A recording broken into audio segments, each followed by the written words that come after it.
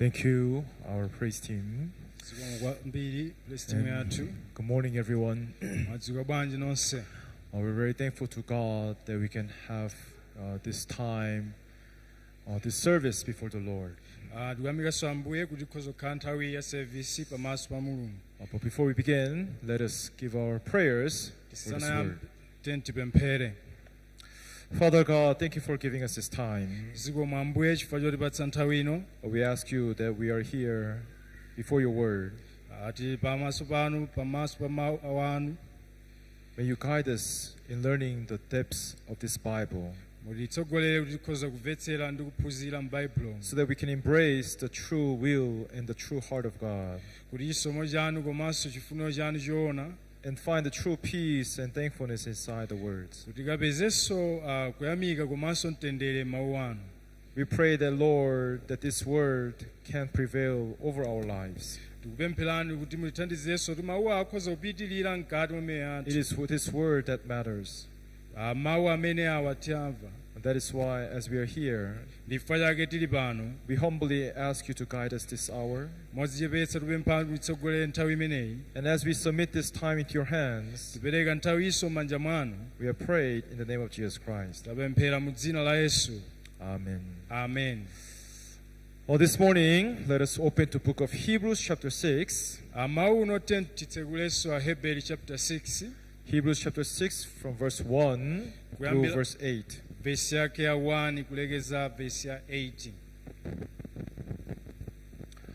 Hebrews chapter 6 from verse 1. Chapter 6 verse 1. If you have found it, I would like to read. Therefore, leaving the discussions of the elementary principle of Christ, let us go on to the perfection, not laying again the foundation of repentance from dead works and of the faith toward God. Mwaiji polekana nawo mawu achiyambidwe cha Khristu tipitirire kutsata ukulu msinkhu osayikaso maziko akutembenuka mtima kusiyana nazo zintchito zakufa ndi zachikhulupiriro cha pa Mulungu. Of the doctrine of baptisms, of laying of hands, of resurrections of the dead, and of eternal judgment. Achiphunzitso cha ubatizo, akuyika manja akuuka kwa akufa ndi chiweruziro chosatha. And this we will do it if God permits. Ndipo ichi tidzachita akatilola Mulungu. For it is impossible for those who were once enlightened and have tasted the heavenly gift and have become partakers of the Holy Spirit, pakuti sikutheka kuwakozanso atembenuki mtima iwo amene anawunikidwa pa nthawi yache nalawa mphatso yakumwamba nakhala olandirana naye Mzimu Woyera, and have tasted the good word of God and the powers of the ages to come. Nalawa mawu okoma a Mulungu ndi mphamvu ya nthawi ili nkudza. If they fall away, to renew them again to repentance, since they crucify again for themselves the Son of God and put him to an open shame. Koma anagwa mchisokero popeza adzipachikiranso okha mwana wa Mulungu namchititsa manyazi poyera. For the earth which drinks in the rain that often comes upon it, and bears herbs useful for those by whom it is cultivated, receives blessings from the God. Pakuti nthaka imene idamwa mvula igwera kawirikawiri nipatsa thelere loyenera iwo amene adayilimira ilandira dalitso lochokera kwa Mulungu. But if it bears thorns and briars, it is rejected and near to being cursed, whose end is to be burned. Koma ikabala minga ndi mitungwi itayika nitsala pang'ono ikatembereredwa chitsiloziro chake ndicho kutenthedwa. Up to verse 8 we have read. Kufika verse 8 tawerenga. These days the weather has become very hot, isn't it? Amasiku ano kukutentha kwambiri. Yes, and I hope everyone is well in your health and in the works you're doing. Ndikukhulupirira wina aliyense ali bwino komanso ndi wamphamvu mu ntchito zimene tikuchita. These days we are a bit busy doing our works for our construction. Masiku awa tili bize kwambiri kupanga ntchito yathu ya mamangidwe. And there's a lot of things the works of God that is ahead of us has taught us. Ndi pali ntchito zambiri zimene zili patsogolo pathu zimene zayikidwa ndi Mulungu. Everyone, how do you understand about faith? Mmene ife timamvetsetsera za chikhulupiriro, Well, how people understand about faith is how well I serve God, ndi mmene ine ndimatumikirira bwino, ndi mmene how well ndimamvetsetsera, I pray to God. ndi mmene ine ndimapempherera bwino kwa Mulungu. Many people consider themselves and also rate themselves. Ndi anthu ambiri amadziona okha ndi kudzikanso okha pamwamba. But actually, everyone, Koma aliyense, one thing that people do not know, chimene anthu ambiri sazindikira, faith is a perfect gift of God.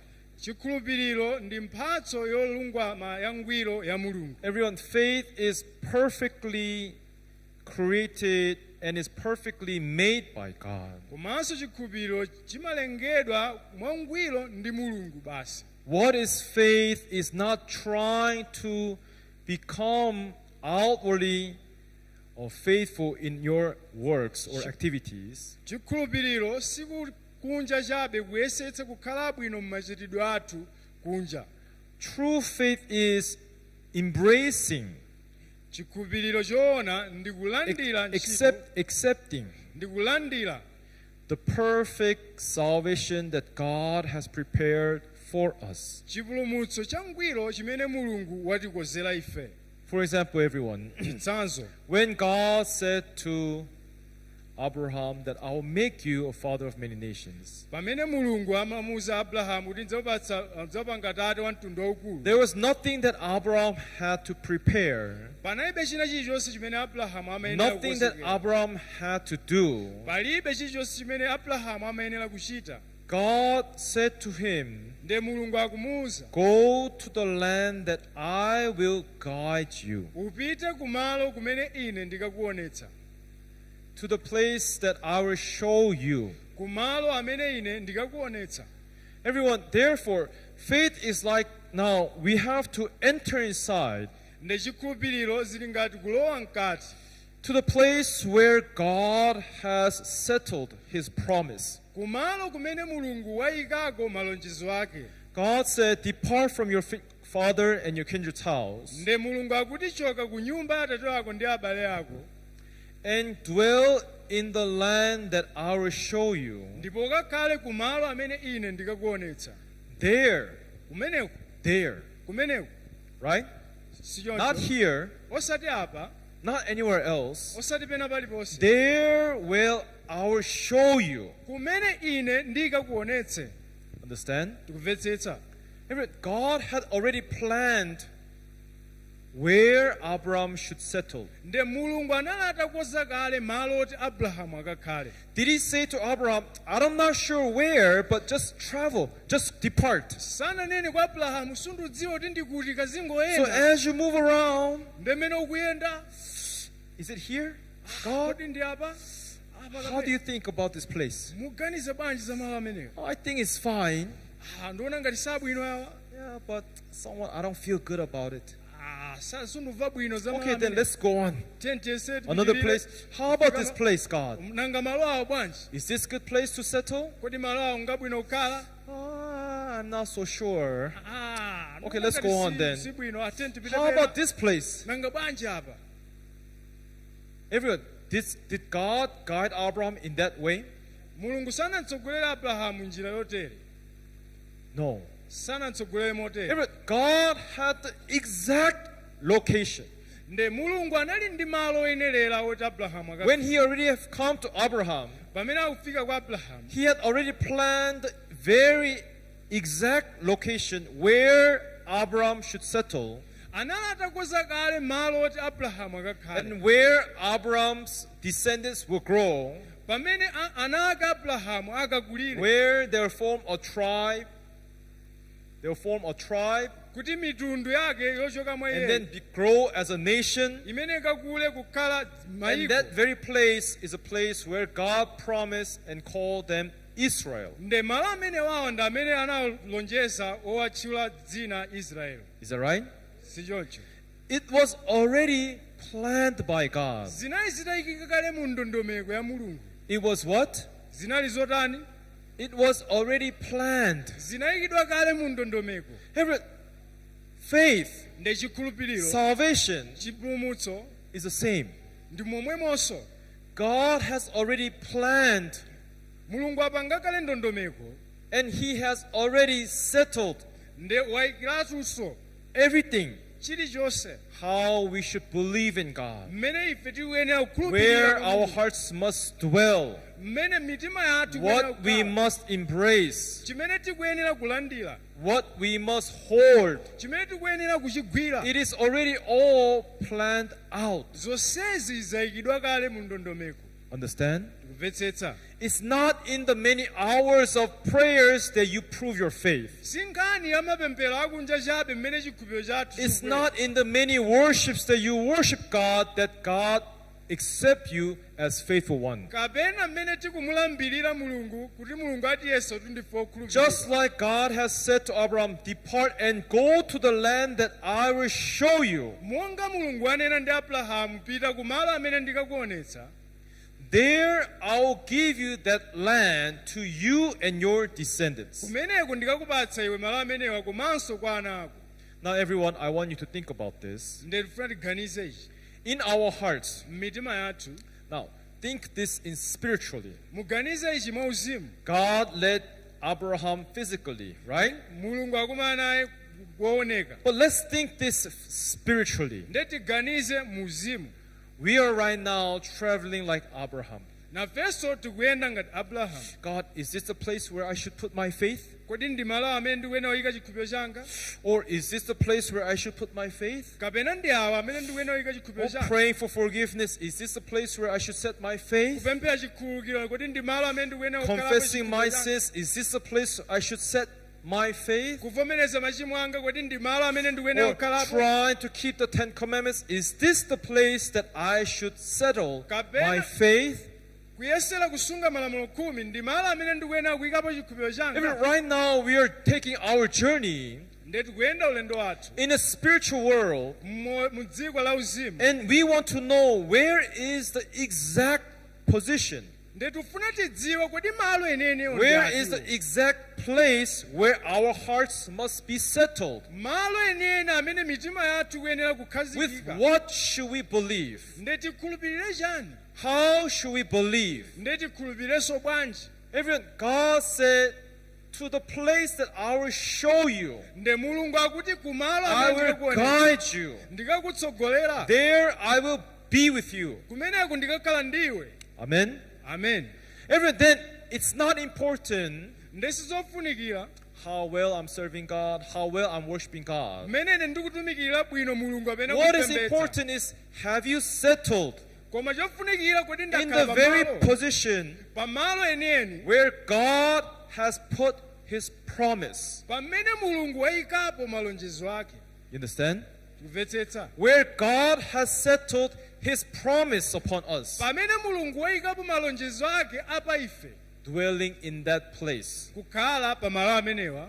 being in that place Kukhala pamalo amenewa. is what we call faith. Ndi chimene tikuchitcha Faith chikhulupiriro. helps us to find the very place where we can meet with God. Ndi chikhulupiriro chimatithandizira kupeza malo enene amene tikhoza kukumana ndi Faith Mulungu. is a very place where we can be able to be connected with God. Pamalo pamene tikhoza kulumikizana ndi Mulungu. But today, Koma lero many people, as they spend their times worshiping God, praising God, pamene anthu ambiri akutenga nthawi yawo kupembedza kumuyimbira they have settled, akukhala I think that this is the way how we should believe in God. akukhazikika nkumaganiza kuti nde umu ndi So umene they have wachitira. settled Akhazikika their faith chikhulupiriro chawo upon outwardly behaviors. mu zinthu zoikunja chabe machitidwe a zinthu. Actually, everyone, Wina aliyense that very place malo amenewa where we can meet with the promise of God. pamene tikhoza kukumana ndi lonjezo Bible is telling us like this. baibulo ikutiuza motere Even today we have read Hebrews chapter 6. lero lino tawerenga Hebrew chapter Let's 6 hear from verse 1. tione verse 1 Bible says here, baibulo ikuti therefore, mwaishi leaving polekana means depart. kuchokako In other words, are you right now in the right position? kodi panopa muli malo oyenerera When did God say to Abraham, depart? kodi ndi malo ati amene mulungu amuuza abrahamu When he was in Haran, kunali ku harani right? si choncho Right? si choncho God said what? mulungu akumuuza kuti chani Depart from there. tuluka kumene Why? chifukwa chani That was not the very place that God is pointing at. ndi si malo amene mulungu afuna He went iyeyo down, south. akuyenda And then he came to some place he doesn't know where. ndi akufika pena kuti Suddenly God appeared before him. aoneka ngati pabwino apo Understand? kumvetsetsa Here, stop here. yima pano Okay? si choncho That place was called the land of Canaan. ndi malo amene akutchedwa malo akanani Understand? tikumvetsetsa So he looked around to the north, to the east, to the south, to the west. This is the place that I will give to you and your descendants, God ndanang'ana said. kumpoto kumwera malo onse kenako kudzati awa ndi malo amene ndidzapereka What was in the land when he went there? ndi kunali chani malo amenewo There was a famine, right? So did he stay there or did he depart from there? ndi anakhala pamenepo kapena anachoka He went, Bible says he went down, more towards the south, and he entered into where? ndakuti anatsetsereka mpaka na kumwera He went down to Egypt. anakatsetsereka kufika kwa igupto Okay, fine. Do you like it there? kodi ndi malo amene afunika So then stay there. ndi akutero I'll bless you where you are. ndi mulungu kuti andikudalitsa Did umene God do that? kodi mulungu anadalitsa ku Igupto Did God change his heart and accept that? kodi mulungu anasintha mtima wake ndi Do you kuvomereza think that izi? God will ever change his plans? kodi anasintha mapulani ake ndondomeko yake No. ayi God's promise was upon that land of Canaan, the promised land. lonjezo linali ku malo akanani So if Abraham needs to become blessed, ngati abrahamu afunika adalitsike if Abraham needs to be inside the promise, ngati afunika abrahamu akhale mkati mwa lonjezo what should he do? achite chani Stay in Egypt akhale kwa igupto or go back to? kapena Land of abwerere Canaan. ku kanani He has to go back. abwerere ku kanani That's why God causes problems in his life. ndi chifukwa chake mulungu akuyika mavuto pa moyo wake He had almost lost his wife, anataya mkazi wake but later God returned his wife to him. kenako mulungu akumbwezera So chitsanzo. Abraham now had to depart from here ndi abrahamu akuchoka and then go back to where? ndi kubwereranso kupita kuti Where God has settled his promise. malo amene mulungu wayika malonjezo ake It's not in Haran, si ku harani it's not in Egypt. si ku igupto It had to be land of Canaan. ndi akuyenera akhale malo awo amene wakosa ku kanani Understand? tikumvetsetsa Like this, everyone, momwemonso there are many Christians today. pala khristu ambiri lero lino Pastor, anyhow I believe. amangokhulupirira mwina muli Whether I pray for forgiveness, kaya ndipempera whether I try to keep the kaya commandments, ndisunga malamulo does it khumi. matter? kodi pali As long as I'm believing in God, ngati ndikukhulupirira wouldn't God accept me? kodi mulungu sandilandira That's how people think. ndi mmene anthu amaganizira You get what I'm saying? mukumvetsetsa yomwe ndikukamba But everyone, if our hearts does not come down to the very place where God has pointed, koma ngati mitima yathu siyipita pa malo enene amene mulungu sorry to atipangire say, but it's not anyhow you believe. pepani kunena izi koma si It's mmene not mukhulupirira anyhow you mwina pray kulikonse. that God accepts you. sizongopempherapo mmene tikuganizira kuti Just like mulungu God has promised Abraham, in that land I will bless you, I will multiply you, and I'll make you father of many nations. ndi monga wanena kwa abrahamu malo amenewo ndikakudalitsa ndipo iwo ndikakupanga tate wa mafuko ambiri Now let's give an example. ndiye tipereke chitsanzo Oh, thank you, God, in Haran. Thank you, God, for your words. ndali ku harani azikomo ambiri ambuye chifukwa cha Thank you, mawu God, anu. for your promise. zikomo kwambiri chifukwa cha I'm lonjezo so lanu. grateful. ndiloyamika kwambiri But now, God said, depart. Yes, I'll depart soon. Wait a moment. I have some things to do here. koma uyenewo choka achabwino ndichoka koma ndili nchina chake choti ndichite 1 day, 2 days, 3 days, tsiku loyamba awiri atatu 1 week, 1 month, wiki imodzi mwezi 1 year, 2 chaka years, zaka 3 years, ziwiri 5 years. zaka 5 Depart. tuluka. I want to go, but there's some other things. I'm busy. I'll go later on. Ndifuna ndipite komano pa zina zake zondipatsa nthangwa Let's say Abraham just remained there. ndeterekeza kungokhalabe ku Harani. Can he be blessed? Kodi adalitsika ndi Mulungu? Can he be blessed? Kodi adalitsika? Here, the promise of God is not here. Lonjezo la Mulungu silinali malo. In the other hand, he went down. Kupita. Oh, land Canaan. Oh, God says, yeah, it's here. Wafika kumene ujandi pano. But Abraham looking around, there's a famine. I have to continue down. Kena kuyang'ana kuli njala ndikutsetsereke He came to Egypt now. Ukafika kwa Igupto. Here, it seems like a very good place. Waoneka kuti malo abwino kwambiri. Now, let's say he remains there. Ndemene akukhala kumeneko. Can God bless Abraham? Kodi Mulungu amudalitsa Abrahamu? Can God work through Abraham? Kodi agwira ntchito mwa Abrahamu? Can God guide Abraham? Kodi Mulungu amutsogolera Abrahamu? Now, let's say Abraham there in Egypt. Nde ali ku Igupto komweko. Every night he's kneel down praying, Father God, Nakupemphera Ambuye. I thank you for guiding me Ndugu here yami out God. here in Egypt. Chifukwa chotitsogolera It's a pano wonderful place and I want to live Ndi here. malo atengwa And in patali this ndipo place, ndikukhale I pano. want you to bless me Malo ano and ndikufuna please madalitso guide anu me. munditsogolere. Each day he opened the word and read the Bible, pray and worship God. Kumatsekula mawu Mulungu mapemphera kumamulambira Mulungu. Can God bless him there? Mulungu amudalitsa kwa Iguptoku. Why? Chifukwa chani? This is not the very place where God has appointed. Si malo enene amene Mulungu wasankha. That's why God said, go back. Ndifayika Mulungu ati bwerera. And he comes back to land of Canaan. Ndakubwereranso ku Kanaani. Is that right? Si choncho. Now, one more thing we have to think about here, this story. Chinthu chimodzi chimene mukuyenera kuganiza apa.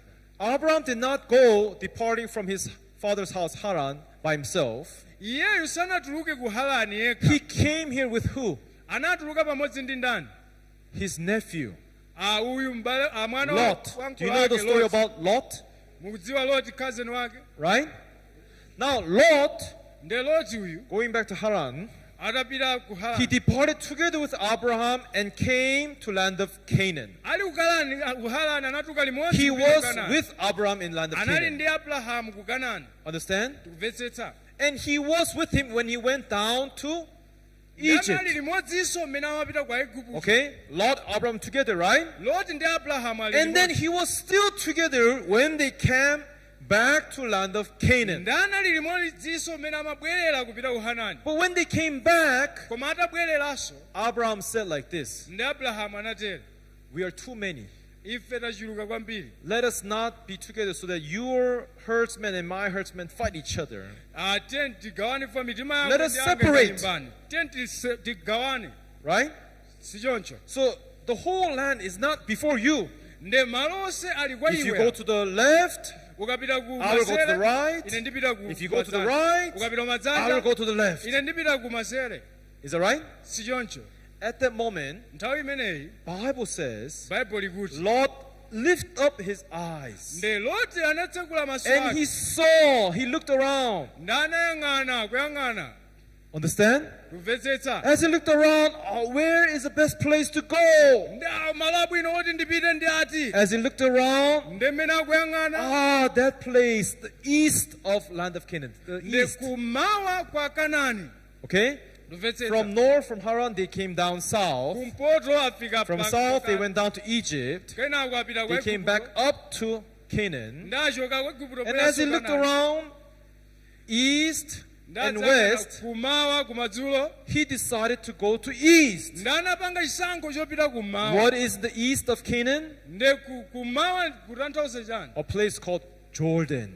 Kumalo kumene kotchedwa Yorodani. Right? Tikupetsetsa. So he decided, hey, uncle, Nda bye. Uncle, I'm going to go to east Ah, to Jordan. ndipita And he kumawa. went to where? Ndipita kumeneko. Jordan. Ndanakakhala ku Yorodani.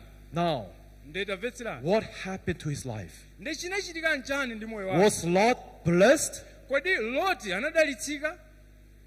What happened to him? Chinachitika ndi chani? He started to lose everything. Iyeyu anayamba kusokonekera. His possession, Chuma chake. his business, Mabusiness his ake. children's. Ana ake. Even later on, he came down to a city of Sodom, mpakana nakafika ku Sodomu which is in the Jordan, kumene kunali ku Yorodani God destroyed the city of Sodom with fire. nde mulungu anawononga mzinda wa Sodomu ndi moto Abraham prayed for him. ndi Abrahamu amupempherera God, please spare my nephew Lot. chonde tithandizeni m'bale wanga uyu So God sent angels to save Lot out from nde there. mulungu anatumiza angelo ukanitumiza Loti He told ukantulutsa him, Loti don't look back and run away. ndi anamtulutsako kumeneku Yes, he did run away, nde akutawa but his wife, nde mkazi wake Lot's wife, she looked back. mkazi wake anang'ana kumbuyo In that moment, she became what? nde nthawi yomweyo anakhala chani Statue of salt. chulu cha mchere Right?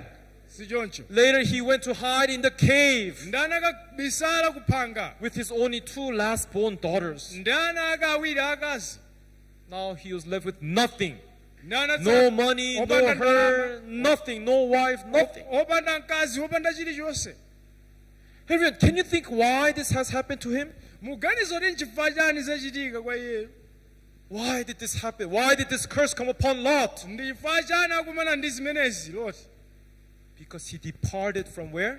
chifukwa choti wachoka kuti He departed from that point where God has appointed him to stay. wachoka pamalo pamene mulungu anamsankhira kuti akhale You understand? tikumvetsetsa You understand? tikumvetsetsa Everyone, because he has departed out from the land of Canaan, chifukwa choti wachoka ku Kanaani he has departed from Abraham. wachoka kwa Abrahamu He went down to Jordan. wapita mpaka na ku Yorodani He went outside from the position where God has appointed. watuluka pamalo pamene mulungu wasankha Can God bless him? kodi mulungu amudalitsa apa No. ayi So what happens to Lot? nde chochitika kwa Loti ndi You chani can see that he lost everything. anataya china chilichonse Loti You understand? tikumvetsetsa What does this story tell us? kodi nkhani iyi ifuna itiwuse chani When God has spoken, pamene mulungu you walankhula must understand exactly what he's trying to point out. mukuyenera mumvetsetse bwinobwino chimene mulungu akufuna And if he has pointed out this is the place where I will bless you, nde ngati waloza malo kuti awa ndi amene ndikuyenera kudalitsa whether you like it or not, kaya ukufuna kasi whether you ukufuna, understand this or not, kaya umvetsetsa kasi in kumvetsetsa that very place you must dwell. pamalo pamene papa mpamene ukuyenera Because that kukhala is the very place where God can bless us. chifukwa malo amenewa ndi amene mulungu akhoza But because you kutidalitsa don't like it, komano if you go down more out away from this place. mwatsetse ngati mwachoka kuchoka malo awa Now, everyone, the story of Abraham is just physical story. ndi nkhani ya Abrahamu ndi But yakungoonekera spiritually, koma mwauzimu there is a place where God has appointed for us to stay. pali malo amene mulungu wasankha kuti ife The very tikhale place where we can meet the heart of God. pamalo pamene tikhoza kukumana The ndi very mtima place where we mulungu can see the promise of God. pamalo pamene tikhoza kuona lonjezo la mulungu But if you're not dwelling in that place, koma ngati sitikukhala malo amenewa outside of this place, kunja kwa malo awa whether you are worshiping kaya God, whether you're kupembedza praying to kaya God, kupemphera kwa mulungu sacrificing to kaya God, kupereka sembe whatever you're doing for God, kaya chilichonse imene uchita kwa mulungu can you be blessed? kodi udalitsika pamenepa Can you be blessed? mudalitsika pamenepa No, ayi because it is not the appointed place where God has appointed for you. chifukwa si malo amene mulungu wakusankhira kuti ukhale Understand? kumvetsetsa That is why Hebrews chapter 6, ndi chifukwa chake Aheberi chapter 6 today Hebrews chapter 6 verse 1, vesi yake ya 1 leaving, polekana everyone, therefore leave, immerse, depart. mwa ichi Now polekana I've told you this is a spiritual position, right? kutanthauza malo You auzimu know, it's leaving the discussion of elementary principles akuti polekana nawo chiyambidwe of Christ. cha khristu What is the elementary principles of Christ? chiyambidwe cha khristu ndi chotani If you see verse 2, mukaona verse 2 the doctrine of baptism, achiphunzitso cha the ubatizo laying of hands, akuyika manja the resurrection of the dead, akuuka kwa akufa and the eternal judgment. ndi achiweruzo chosatha All these things, zinthu zonsezi we have the stories in the Old Testament, ndekuti taziona ku chipangano chakale right? si choncho But many people koma anthu ambiri are only based upon what has been taught in the Old Testament. akungokhazikika pa zimene aona ku chipangano chakale Even these, like I showed you the pictures of the tabernacle last 2 weeks, monga nakuonetsani zithunzi za chihema mawiki apitawo. these were just a symbols. Izi zinali zizindikiro chabe. Understand? Kumvetsetsa. Understand? Kumvetsetsa. Whether you are baptizing, laying of hands, whatever you're doing, the judgment of the eternal judgment or what, if you just stay in the Old Testament, Kaya wabatizika kaya usanjika kwa manja kaya kwa chiweruzo chosatha ndekuti apa mukungokhazikika kuchipangano chakale. even that is called elementary principles. Izi akuti ndi chiyambidwe chabe ziphunzitso zina zake. Understand? Tikumvetsetsa. God said what? Mulungu akuti chani? Depart from the leave. Akuti polekana nawo. Get out from here. Chokani pamenepa. Go back to verse 1. Tibwelere verse 1. Bible says leave. Polekana. The discussions of the elementary principles of Christ. Mawu achiyambidwe cha Khristu. Now, let us go unto the perfection. Tipitilire kutsata ukulu msinkhu. Let us go unto perfection. Tipitilire kutsata ukulu Everyone, msinkhu. follow me. Let us go unto perfection. Nditsatire. Tipitilire kutsata ukulu msinkhu. Once again, let us go Tipitilire unto perfection. kutsata ukulu msinkhu. What does that mean? Zotanthauza chani? The very place where God has what? Ndi malo amene Mulungu watani? Appointed. Wasankha. Understand? Tikumvetsetsa. Not something that is Osati china chake. Haran, Chimene chili uhalani. Egypt. Ku Igupto. Something that would disappear. Chimene chisowa nthawi ina yake. Something that goes away. Chimene chitayika. Go unto perfection means Kupitilira the very kuchiyambi. place Malo eneni. where God has appointed, Malo amene Mulungu where wasankha. God can bless us. Pamene Mulungu akhoza kutidalitsa. Understand? Tikumvetsetsa. Now, let us go unto perfection, Tipitilire kutsata ukulu msinkhu. not laying again. Osayikanso. Not laying again the foundation of repentance Osayikanso maziko akutembenuka mtima. from the dead works. Kusiyana nazo ntchito zakufa. Don't lay the foundation again and again and again of the dead works. Osayikabe kuyikabe Go unto perfection. Tipitilire kuchiyeretso. Go inside to the perfection. Tipitilire mkati mwa chiyero. Don't stay Mulungu akuti in the place where there's a foundation of repentance pamalo pamene pali maziko akutembenuka from the mtima. dead works. Kusiyana nazo ntchito zakufa. Understand? Tikumvetsetsa. What is the dead works? Ndi ntchito zakufazi ndi chani? Now, it is trying to teach us something here. Ah. There is a way how we used to believe God. Ndi pali zinthu zimene afuna tiphunzitsa pali njira There is a way how we used to mmene serve God. tikuyenera kumutumikirira. Right? Tikumvetsetsa. From that place, Kuchoka pamalo amenewa. go unto the place of perfection. Kumalo amene tikapezako Now, chiyero. before we go on, we have to know what is this dead works. Nde tisanapitilire tione ntchito Now, zakufazi. it's not talking about sin or sinful life we have lived in the righteous life in the world. Silukamba nkhani za tchimo kapena moyo Right wachimo now, we are timakhala. talking about wrong way of faith. Koma yape kufotokoza kukhulupirira kolakwika. You get what I'm saying? Tikumvetsetsa. There are many Christians who are having the wrong way of faith. Anthu ambiri ali ndi njira yachikhulupiriro We're not yolakwika. talking about non-believers Silukamba za who osakhulupirira come to believe in God. amene abwera kukhulupirira Mulungu. We're talking about believers, Koma okhulupirira but who are in the wrong place in faith, amene ali malo olakwika mu who are chikhulupiriro. following the wrong ways of faith. Amene akutsata njira zosayenerera za chikhulupiriro. Are you getting what I'm saying? Mukumvetsetsa zomwe God ndikukamba. is saying, if you believe me in that wrong way, Ngati mukhulupirira mu njira that yolakwika. wrong way of faith is what the Bible calls dead works. Njira yolakwika yachikhulupiriro ndi imene akuyitcha kuti ntchito zakufa. Do you understand? Tikumvetsetsa. Do you understand? Tikumvetsetsa. So, if you're following me, yes, I understand you love me, you worship me, you come to me, you pray for me. Ndekati tero kuti ndimakupempherani, ndimatsatirani, ndimapemphera china But chilichonse. if you're praying and worshiping in the wrong place, Koma ngati mupemphera ndi kupembedza malo with the olakwika, wrong understanding, mukumvetsetsa wrong kosayenera, concept, mu malo osayenerera, God says then that is a dead works. nde mulungu akuti zimenezi ni ntchito zakufa. It's a work of faith, work of believing God, but it's dead works. Eya ndi ntchito chikhulupiriro koma zakufa ntchito zake. Everyone, do you understand? Mukumvetsetsa? So we must depart from there. We must leave. Tikuyenera tichokeko kumeneko. Now, what is this main elementary principle of dead works then?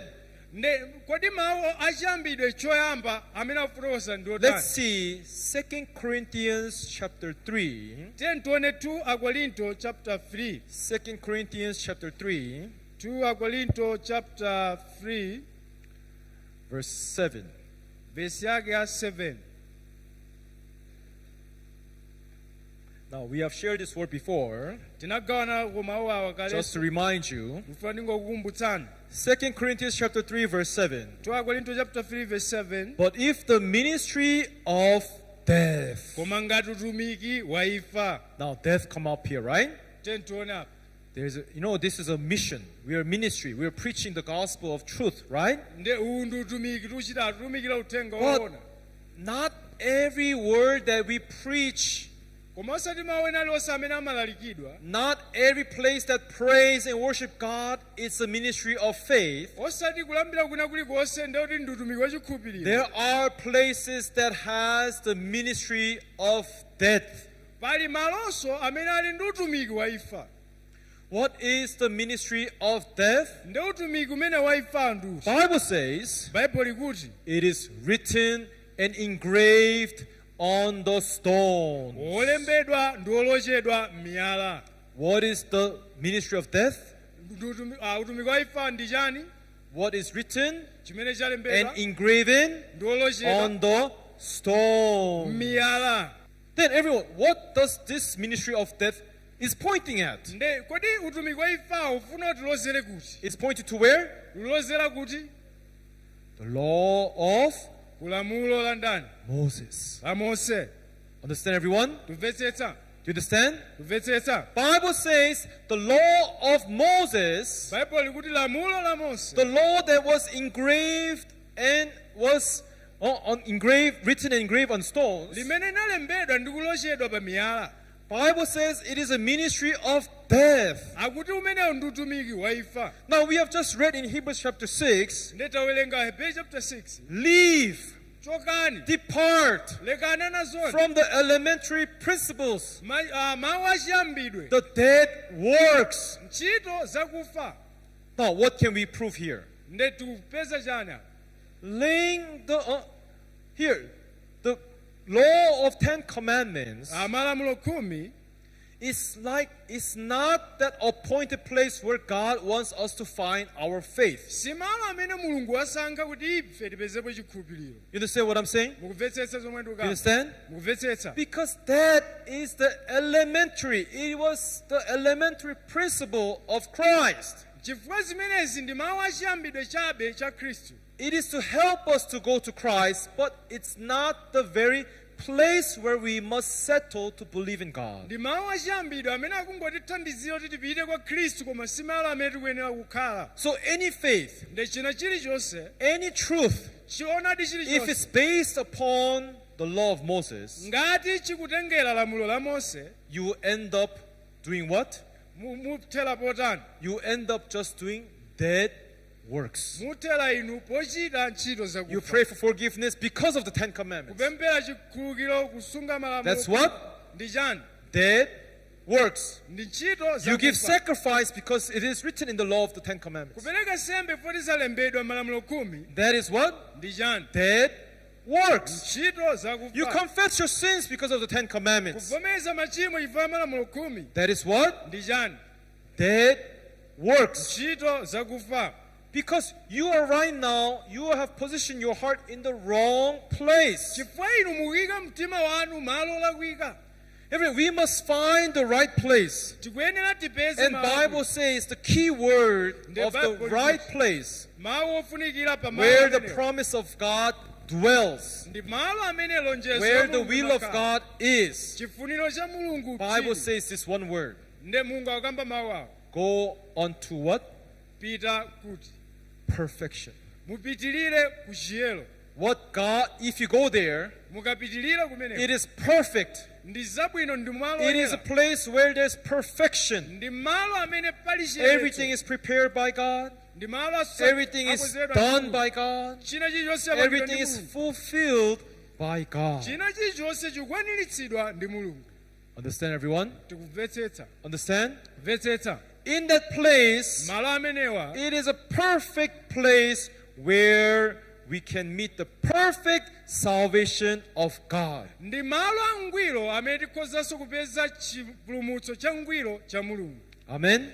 Amen. Now let's go back to Hebrews chapter 6. tiyeni tibwerere kwa Hebrew The chapter Bible 6. tells us briefly ndi Bible tiloza apa what is the difference between perfection ndi kusiyana kwa chiyeretso. Let's go to verse 4. tiyeni tione verse 4. Here Bible talks about perfection a little bit. apo pakukamba za chiyeretso. For it is impossible for those who were once enlightened pakuti sikutheka kuwakozanso and have tasted the heavenly gifts otembenuka mtima iwo amene and have anaonekidwa pa become nthawi yake partakers of the Holy Spirit. nalawa mphatso ya kumwamba nakhala olandirana naye mzimu Verse woyera. 5. Verse 5. And have tasted the good word of God and the powers of the age to come. nalawa mawu okoma a Mulungu ndi mphamvu ya mawu ili mkudza. Everyone, it is impossible nzosatheka for those who have been enlightened, in other words, those who have been saved, kwa iwo amene anapulumutsidwa right? si choncho. And those who, verse 4, Verse ya 4. and those who have tasted the heavenly gift and become partakers of Holy Spirit. nalawa mphatso yakumwamba nakhala olandirana naye mzimu woyera. Now, tione apa Bible says, Bible ikuti when you receive this salvation, mukalandira chipulumutso ichi this forgiveness of sin, chikhululukiro cha tchimo those who are saved, kwa iwo amene God said apulumutsidwa He will give you the Holy Spirit as what? Mulungu akupatsani mzimu woyera ngati chani? As a gift. ngati mphatso. Is that right? si choncho. So it's talking about that same holy gift, heavenly gift. ndi kukamba za mphatso yakumwamba. So if you have, it is impossible, ndati nzosatheka once you're saved, kwa amene wapulumutsidwa you cannot fall from this salvation. ndi kuti sungagwe ku chipulumutso ichi. So in other words, mwa njira ina when we talk about perfection, mukakamba za chiyeretso how many people understand is mmene anthu amamvetsetsera you commit sin wachita and chimo pray for forgiveness. wopempera You commit chikhululuko. sin Uchita and chimo, pray for forgiveness. kupempera chikhululuko. This cannot be the concept of perfection. apa sikangakhale ndondomeko yake ya chiyeretso. You understand? tikumvetsetsa Once you're saved, pamene it is tapulumutsidwa once and for all. zimachitika kamodzi ku nthawi yonse. But if you have not been saved once and forever, koma ngati sizinachitika ku nthawi yonse kamodzi very simple. nzophweka. You're worshiping God, praying and glorifying God, but upembedza Mulungu chita china chilichonse koma you're not in the right place. koma suli malo oyenerera. You understand? tikumvetsetsa You understand? tikumvetsetsa You're not in the right place and to believe God in the right way. suli malo oyenerera komanso kukhulupirira Mulungu mu njira That's why yoyenera. you're going back and forth, back and forth. Ndifa yako upita ubwera upita Sometimes ubwera, I feel upita. like a sinner, sometimes I feel like righteous, Pena sometimes I ndimapanga feel like olungama, sinner, pena ochimwa. again righteous. ochimwa kenako olungama. Everyone, what does that mean? Zotanthauza chani? You are not in the perfection. suli malo achiyeretso kapena You are umulungu. not in the perfect salvation of God. suli mu chipulumutso choyenerera. Then what is wrong? ndi chavuta nchani At that moment, pa nthawi imeneyo?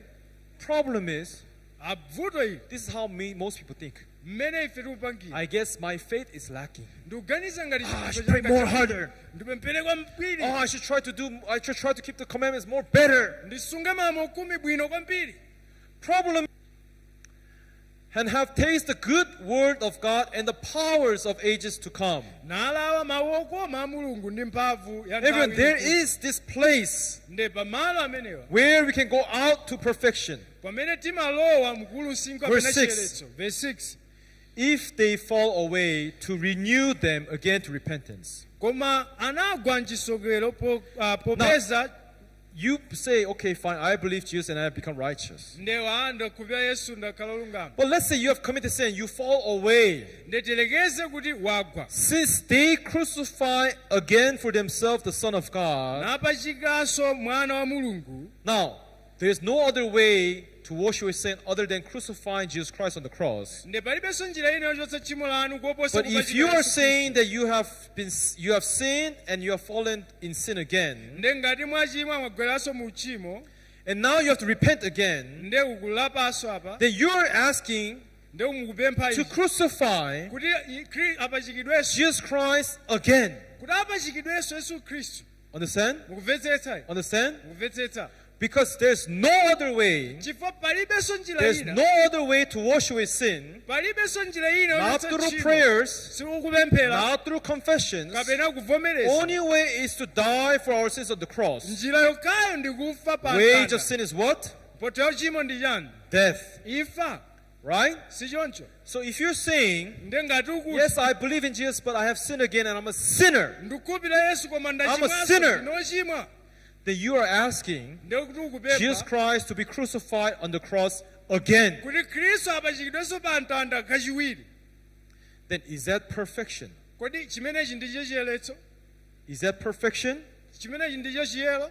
Going back again and again is not perfection, everyone. kubwerera kupitanso kubwerera si That is chiyeretso. why if you do this ndifale ngati tichita izi and put him ndikuchititsa to an manyazi, open shame, ndikuchititsa manyazi poyera, if you put him to shame again, ndikuchititsa manyazi is that poyera. perfection? kodi chimenechi ndicho chiyeretso?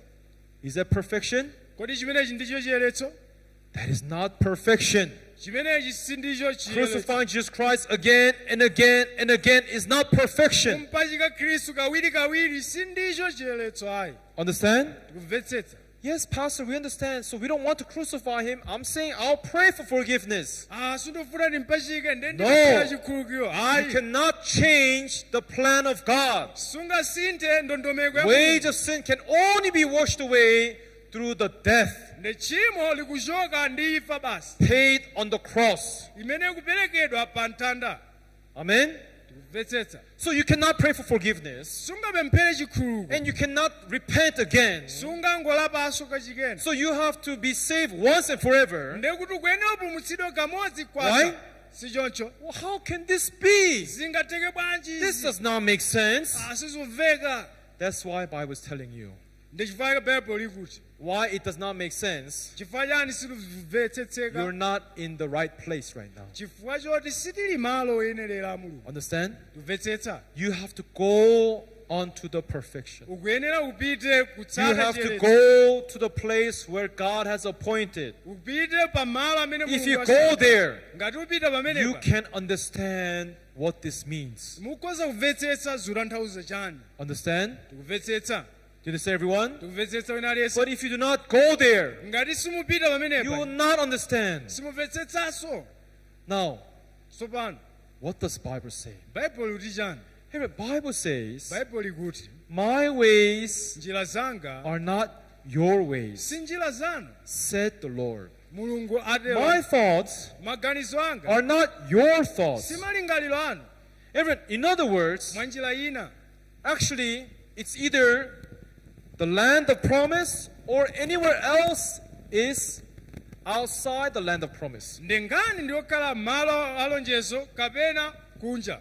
Understand? tikumvetsetsa? Understand? tikumvetsetsa? So it is only perfect salvation. ndi chipulumutso chokhacho changwiro. Outside perfect salvation, anything else is not perfect salvation. Then it's not salvation. nde china chilichonse kunja kwa malo amenewawo si chipulumutsonso. Right? tikumvetsetsa? So we should not believe God anyhow we want. nde sitikuyenera kungokhala In any way we want. njira ina iliyonse. We must first find the right position to believe in God. koyambirira tipeze malo oyenerera kukhulupirira Mulungu. And that is not your works and your behaviors, everyone. nde zimenezi si ntchito zanu kapena khalidwe lanu. Trying to pray hard, repent, and keep the commandments. That is a ministry of death. kuyesera kupemphera kwambiri kusunga malamulo khumi ndi utumiki wa Then imfa. what is perfect way of salvation? nde njira yangwiro ya Mulungu ya chipulumutso What is the appointed perfect place where we can be saved eternally? ndi malo oyenerera ati amene tikhoza kukhalapo nthawi zonse. Let's first read verse 7 here. Tiwoneka verse 7. For the earth, Pakuti nthaka, everyone, this earth signifies we humans. nthaka ikuyimira ifeyo. Out from the ground you were taken, Kuchoka ku nthaka tinatengedwa. you shall return to the ground. Ndipo tidzabwereranso ku nthakako. Dust you are, to dust you shall return. Tidzabwerera popeza tinachoka ku nthaka kubwereranso Everyone, komweko. this earth signifies we humans. Nde nthaka iyi ikuyimira ife. Earth has no power, Nthaka ilibe no mphamvu, life, nothing. ilibe moyo. If you want a life Ngati ufuna moyo, to be produced in this earth, kuchita mu nthaka the iyi. seed, Pakuyenera mbewu. the seed Mbewu has to be planted. ikuyenera ibyalidwe. Is that right? Sichoncho.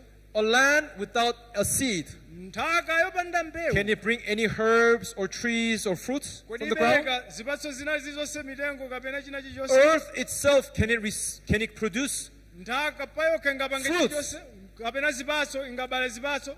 No, right? Ayi. Every Bible says like this. Nde Bible Earth which drinks in the rain pakuti nthaka imene idamwa and often mvula, comes upon it igwera kawiri and bears herbs useful for those by whom it is cultivated.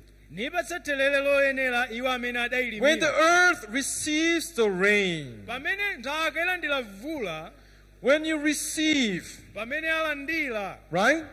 sichoncho. When you receive the rain, it cultivates. Nde ikalandira mvula zikusinda And then motero. when that is cultivated, Nde pamene alandira mvula imene receives the blessings from God. imalandira dalitso. So la everyone, Nde wina aliyense. one thing that we can learn here, Chino chimodzi yotiphunzire apa. it is not that the earth tried to create, Sikuti nthaka kuyesera kulenga, understand? kumvetsetsa. Earth must first receive. Koma nthaka kuyenera ilandire, Understand? kumvetsetsa. You must first receive. Koyambirira tilandire. You must what? Titani? Receive. Tilandire.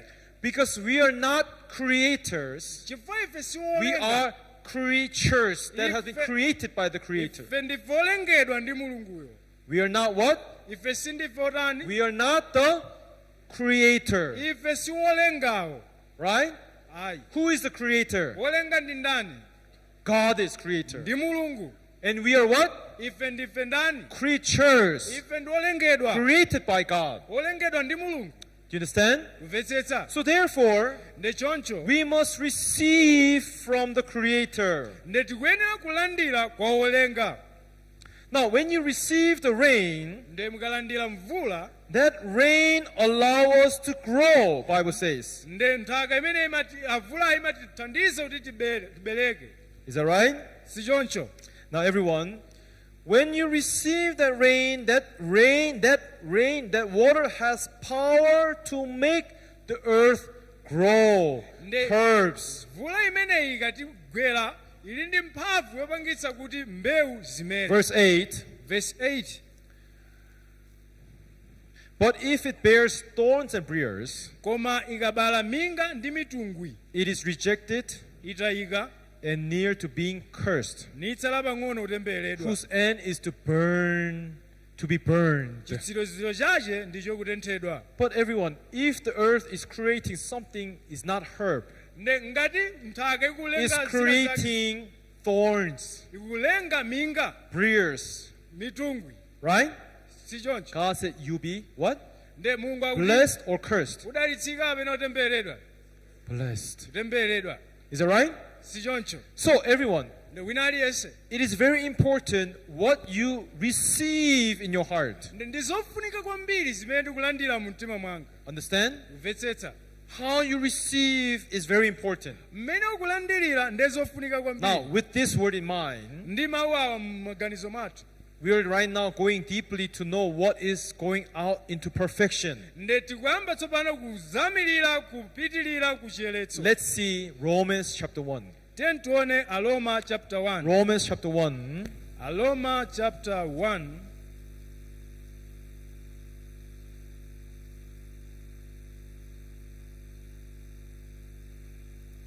Verse 18. Let's see from verse Let's see from verse 16. Then tuone kuyambira verse 16. If you see here, Nde tikaona apa. for I am not ashamed of the gospel of Christ, Pakuti uthenga wabwino sundichititsa for manyazi. it is the power of God to salvation Pakuti uli mphamvu ya Mulungu for yakupulumutsa. everyone who believes, Pa munthu aliyense wokhulupirira. for the Jew first and also to the Greeks. For the Kuyambira Greeks. Myuda ndiponso Mhelene. I am not ashamed of gospel of Christ. Ine uthenga wabwino sundichititsa manyazi. It is a power of God, Pakuti uli mphamvu ya Mulungu. right? Si choncho. Everyone, Wina aliyense. we are not creator. Ife siwolenga. We are creature. Ife ndiolengedwa. We do not have power. Tilibe mphamvu. We have to receive the power. Tikuyenera tilandire mphamvu. Understand? Si choncho. So don't try to create your salvation Ndemusayesere kulenga chipulumutso. like the earth absorbing the rain, and then after the rain comes, it produces herb. Monga nthaka imwa madzi a mvula. momwe Salvation mosakala is like zipatso. you absorb the word of God. Nde chipulumutsonso tikuyenera kumwa mawu. You have to receive the word first Tilandire mawu in koyamba. order for your salvation to come out. Kenako chipulumutso chituluka. Are you getting what I'm saying? Tikumvetsetsa. So working is first or receiving is first? Nde kuchita ntchito kapena kulandira koyamba. What? Ndi chani? What? Chani? Receiving. Kulandira. Then look into your faith. Taonani chikhulupiriro chanu. Are you right now, your faith, is it based, are you open to receiving it? Kodi inu muli otsekuka maso Or are you kukulandira? trying to perform it? Kapena muyesera muchite panokha. Right? Si choncho. Many Christians that go to church, Akhristu ambiri amene amapita ku they chechi. listen to the word, Amamvetsera they mawu. praise and worship God. Kumuimbira Mulungu. To do what? Kuchita chani? To receive or to perform?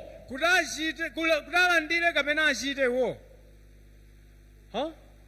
Kuti atani? Most people are guided to try to perform. Anthu ambiri akuyesera kuti iwowo Don't achite. commit sin. Usese- Don't commit adultery. Usachite chimo chigolo. Don't lie. Lisaname. Help the poor. Be good citizens. Ndikhala anthu abwino kuyesera kuthana ndi Everyone, machimo. being taught in this way, Nde tikaona izi. is that receiving or trying to perform? Nde nkhani ndikulandira kapena kuyesera kuchita. Trying to what? Ndikuyesera kutani? Speak loudly. Sorry, I can't hear you. Trying to what? Ndikuyesera kutani? Perform. Kuyesera kuchita. Then what does that make you? Nde zikutitengera kuti. Creature or creator? Tuzitengera kuolenga If you're kapena trying to olengedwa. perform this, Ngati muyesera muchite nokha. you're trying to create salvation for you right now. Ndekuti inu mukuyesera kuti mulenge Are you getting chipulumutso. what I'm saying? Mukumvetsetsa chomwe Right? ndikukamba. Mukumvetsetsa. I should try to keep the commandments. Ndiyesere kusunga I should pray for malamulo. forgiveness. Ndipemphere Are chikhulupiriro. you a creature or creator right now? Kodi inu ndi olengedwa kapena olenga? You're acting like what? Apa muchita ngati otani apa? A creator of Olenga. salvation. Olenga You're chipulumutso. acting like a creator of salvation. Ndimupanga ngati olenga chipulumutso. But everyone, we are creatures. Koma ife ndife olengedwa. We don't have that power. Tilibe mphamvu. Like the earth absorbing the rain, Monga nthaka ilandira we mawu. have to absorb the word of God in our hearts. Ife tilandire mawu mmitima mwathu. A person who can receive the word. Munthu amene akhoza kulandira mawu. Everyone, that is land of Canaan. Ndi malo amenewa ndi malo A akanani. person who is able to receive the word. Munthu amene alandire mawu a Mulungu. That is land of Canaan, the promised land. Ndi malo alonjezo pakanani. A person who's trying to perform the work of God. Munthu amene ayesera achite mawu a Mulungu. That is Egypt. Kumeneku ndi ku Aigupto. That is Haran. Ndi ku Harani. That is Jordan. Ndi ku Yorodani. Understand? Tikumvetsetsa. Can God bless you there? Kodi Mulungu anakudalitsani meneku?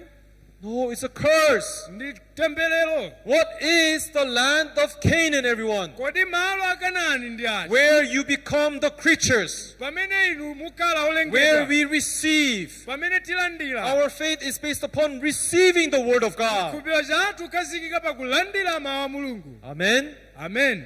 You look into, I cannot see your hearts, Asingaone but mitima you yanu. judge yourself. Koma mmadziweruza You nokha. check yourself. Mudzione nokha. How do you come out before God? Kodi inu mwabwera bwanji Do you come out to receive, Kodi mwabwera or kudzalandira? do you come out to perform? Kapena mwabwera kudzachita? most Christians anthu ambiri go to akhristu church, amapita kuchechi go before God amapita maso pa mulungu to perform. kuti akachite. Am I not right? Ndikunama Right? si choncho? Yes, everyone. Choncho Then they are not dwelling in the land of Canaan. ndesakukhala malo akanani alonjezana.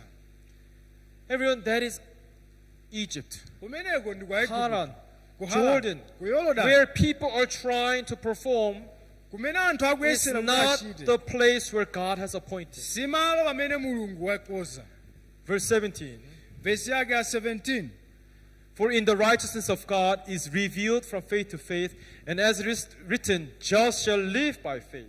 Pakuti mmenemo chaonetsedwa chilungamo cha mulungu chakuchokera kuchikhulupiriro kuloza kuchikhulupiriro monga kwalembedwa koma munthu olungama adzakhala ndi moyo. We who are righteous, we must live by faith. Ife olungama tikuyenera But kukhala how is faith revealed?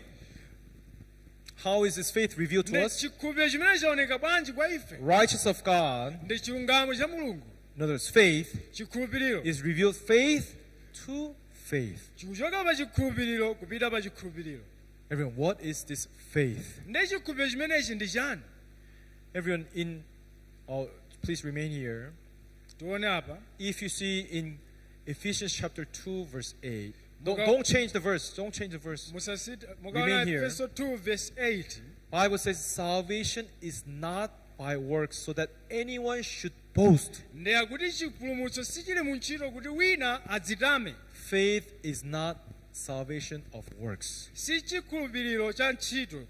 Faith to faith, Chikhulupiriro ndi Meaning that- chikhulupiriro. Kutanthauza in the position where I say Canaan, pamalo amene ndikuyenera kukhala pakati receive, kulandira. place where you receive the word. Pamalo amene ulandira mawu. What is God's faith? Kodi chikhulupiriro cha mulungu ndi God's chotani? faith is to give the word. Ndi kupereka mawu. What is our faith? Chikhulupiriro chathu ndi chotani? Is to receive the Ndi word. kulandira mawu. Understand? Kumvetsetsa. But let's say God gives us the faith, Ndi mulungu apereka but chikhulupiriro. you're also trying to create your faith. Koma nawenso You ukufuna know, ulengese work chikhulupiriro of chako. faith. Ntchito ya chikhulupiriro. Then can this faith be transferred to faith? Kodi chimenechi tingachitenga kuti nchikhulupiriro? Plus and plus Akutiwaphatikiza. can stick together. Kodi zingakhale pamodzi? Plus and plus will run away from each other. Ndi kuti izi zithawana. Understand? Si choncho. God is a plus. Ndi mulungu ali ngati We are minus. pasaini yophatikiza ife ndi yochotsera. Understand? Tikumvetsetsa. That's when we can stick each other. Ndi yochotsera ndiyo God's yophatikiza strength, pamodzi. God's faith is to give. Ndi mulungu akupereka. Our faith is to receive. Ife chikhulupiriro chathu ndi kulandira. Amen? Amen. That's when we can be together. Ndi pamene apa tikhoza kukumana ndi But mulungu. if you want to give, Koma ngati inu mufuna mpereke. everyone, then you become a plus. Ndikuti mukhala nambala God yophatikiza. is a plus. Mulungu We are nambala plus. ndi saini yophatikiza. Never stick to each other.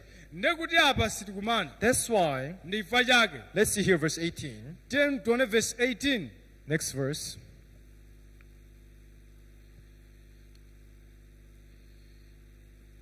For the wrath of God is revealed from heaven against all ungodliness and unrighteousness of men. Pakuti mkwiyo wa mulungu waonekera kwakumwamba uonekera kwa chisapembedzo ndi chosalungama. Bible says the wrath of God is revealed from heaven Akuti mkwiyo wa mulungu waonekera against all ungodliness and unrighteousness. kwa iwo onse osapembedza. Many people think like this. Ndi anthu amati. God's curse is upon those who commit sin, who live evil life.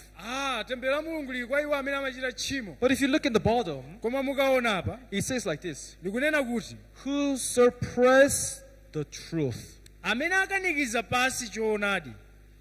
You understand? Kumvetsetsa. Who suppress the truth Amene akanikiza pansi choonadi. in unrighteousness. Chosalungama chawo. You know, you do not receive Sukulandira from God. kuchokera kwa mulungu. Everyone, what did I say? Ndimati chani. Our faith is what? Chikhulupiriro chathu nchotani? Creating or receiving? Kulenga kapena kulandira. It's what? Ndikuchani? It's receiving. Ndikulandira. Is that right, everyone? Si choncho aliyense. But God is saying, curse will be upon you. Ndakuti temberero pa iwe. Not those people who are sinning, killing. It's not talking about that. osati iwo amene akupha ochita machimo Anyone who suppresses the truth. koma amene akanikiza pansi choonadi. You know, who refuse the truth, who refuse to receive the truth. Amene akukana kulandira choonadi So not receiving, nekusalandira try to create your salvation. kuyesera kulenga chipulumutso chako. Bible calls that unrighteous. Nde Bible nena ichi kuti ndi Praying for forgiveness is what? kupemphera chikhululukiro ndi chani? Unrighteous. Nde Trying to chisapembedza. fulfill the 10 Commandments is what?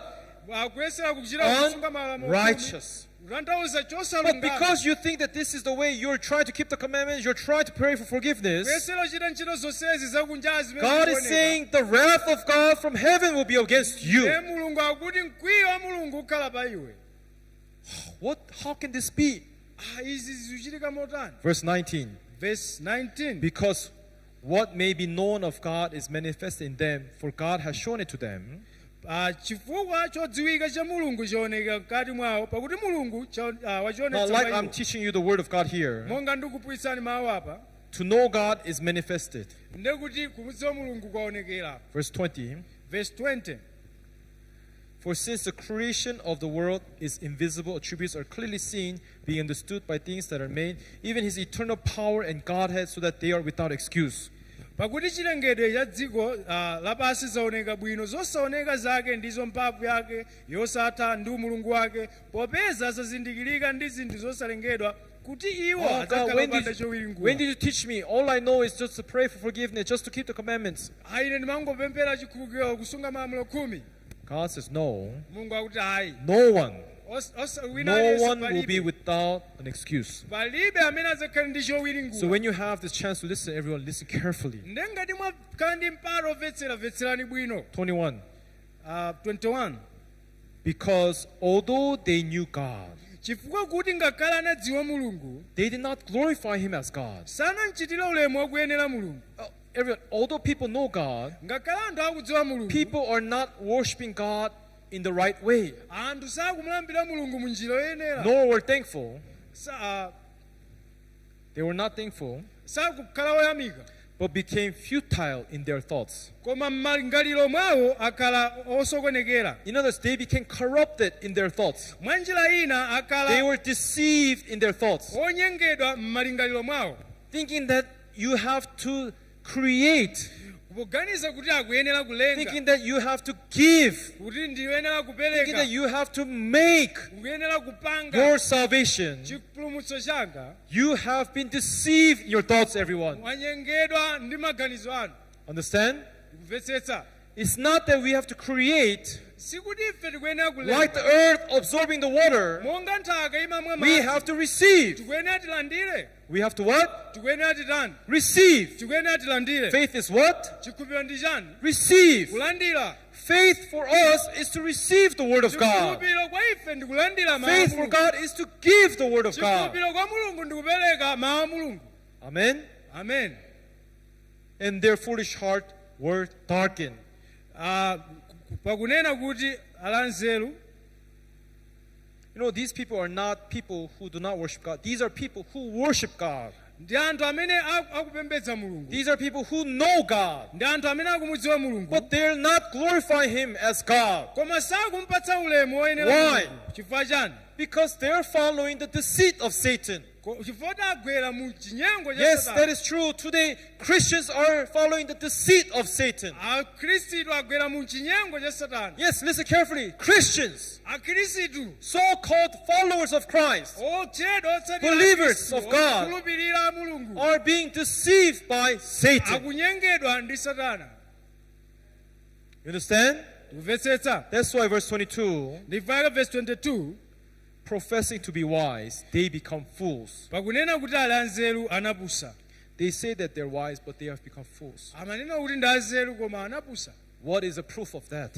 Ndi zikuonetsa Pastor, bwanji. how can you say that? Zikutanthauza bwanji. How can you say that Christians are being deceived? Munena bwanji kuti Akhristu apusitsidwa. Verse 23 explains to us. Verse 23 kutere. This is the reason why. Anasandutsa Changed ulemerero. the glory of incorruptible God Anasandutsa ulemerero wa Mulungu osaonengeka into image made like corruptible men. nafanizitsa ndi chifanizo cha munthu wowonongeka. Everyone, what does the Bible say here? Baibulo tichani apa? Changed Asintha the glory of incorruptible God. nasandutsa ulemerero wa mulungu wosawonongeka. People have changed. Anthu asintha. God is incorruptible. Mulungu ndi wosawonongeka. God is a perfect God, everyone. Mulungu ndi wangwiro. Amen. Amen.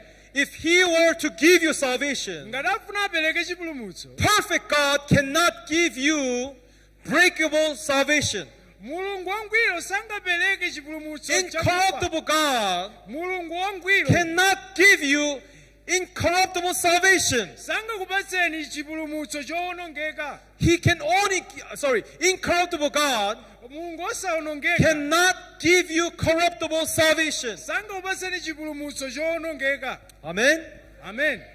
But why are you speaking as though that God's salvation is not perfect? Koma bwanji mulankhula ngati chipulumutso cha Mulungu si changwiro? Why today's Christians are behaving like though God's salvation is corruptible? Ndi chifukwa chani anthu akunena chipulumutso cha Mulungu? Oh yes, God, I'm so thankful that you died on the cross, but you have forgiven our past sins, our future sins. We have to pray for forgiveness. Tikuyena tipemphere chikhululuko chifukwa cha machimo amene tachita lero. Why are you trying to crucify this God Ndi again? chifukwa chani mukuyesera kumpachikaso Khristu? Why are you trying to nail Jesus Christ again? Ndi chifukwa chani mukuyesera kumpachikaso Khristu? Why are you trying to put Jesus Christ into shame again? Chifukwa chani mufuna muchititsenso manyazi Khristu? Isn't that right? Si choncho? Everyone, because you don't understand this perfect salvation, Chifukwa simumvetsetsa chipulumutso changwiro. why are you trying to put Christ into shame? Ndi chifukwa chani mufuna muchititsenso manyazi Khristu? What Bible is saying? Baibulo tichani? You confess that you're wise, Mumanena kuti ndinu anzeru. but you have become fools Koma inu mwakhala opusa.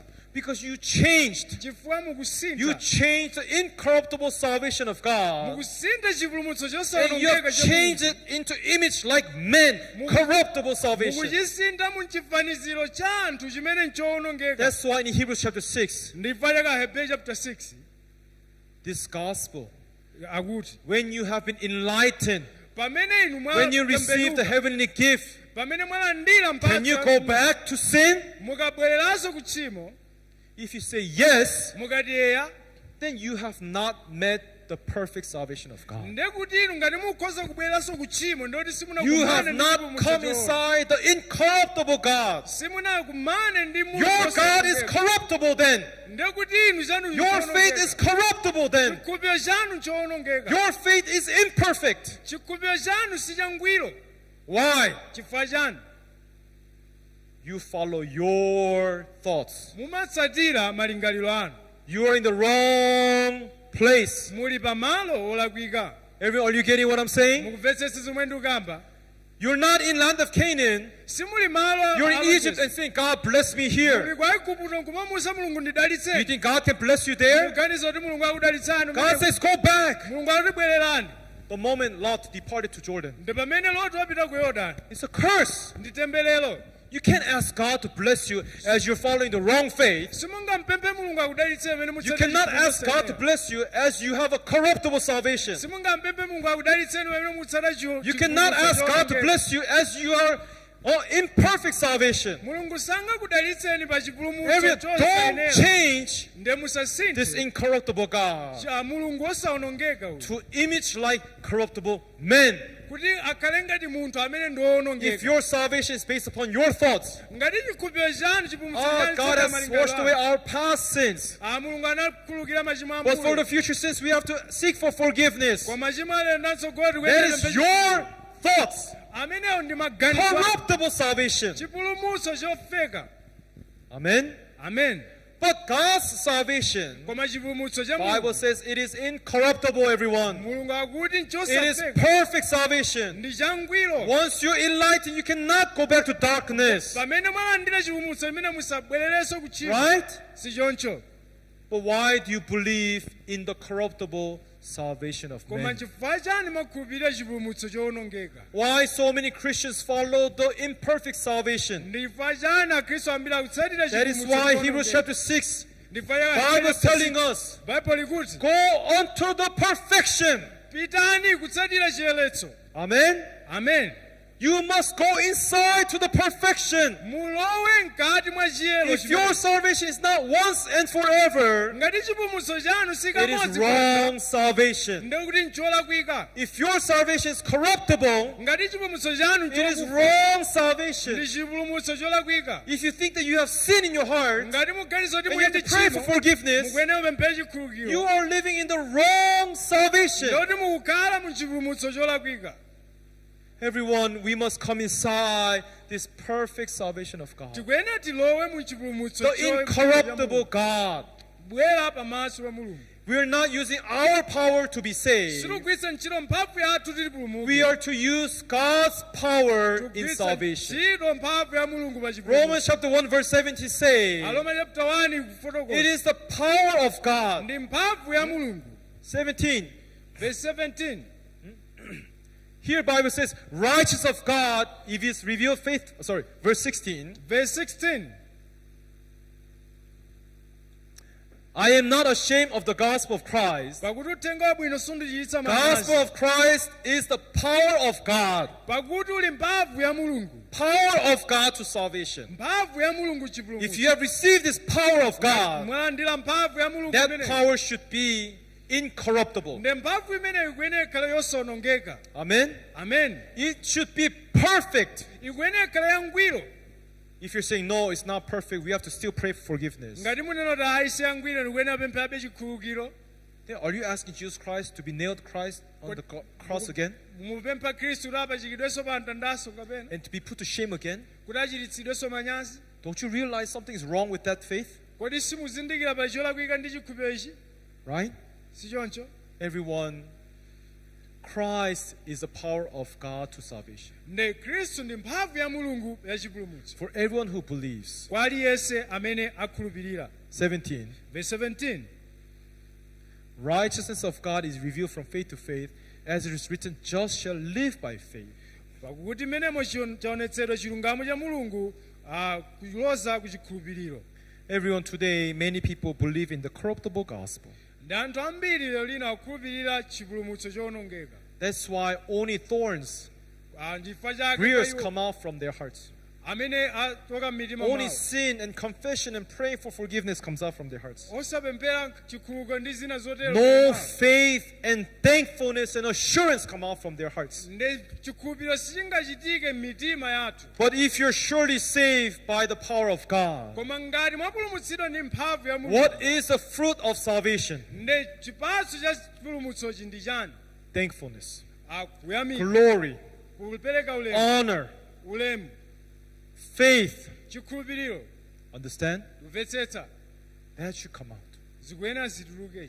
But fear, koma mantha, trembling heart, mtima seeking wonjenjemera, for forgiveness, kuyesera kupempha tears, chikhululukiro, crying for pleading for sin. kuyesetsa kupempha chikhululukiro That is mwathu. thorns and briars. ndi kuti zimenezi zikudza chifukwa chachinachi. What is the fruit ndi in chipatso your cha- heart right now? m'mitima yanu chipatso ndi Is your chotani? heart with everlasting salvation of God? kodi m'mitima mwanu muli chipulumutso chamuyaya And cha do you Mulungu? have the fruits of that salvation of thankfulness? kodi muli ndi chipatso cha chipulumutso imenechi chakuyamika? Or is your salvation imperfect, kapena chipulumutso chanu si corruptible? chowonongeka? You have to always be in fear and trembling nthawi heart. zonse makandi Pray mantha ndi for forgiveness. kutuntumira kupemphera chikhululukiro. And the fruit of that is fear, ndi chipatso cha zimenezi ndi worries, mantha, tears. misozi.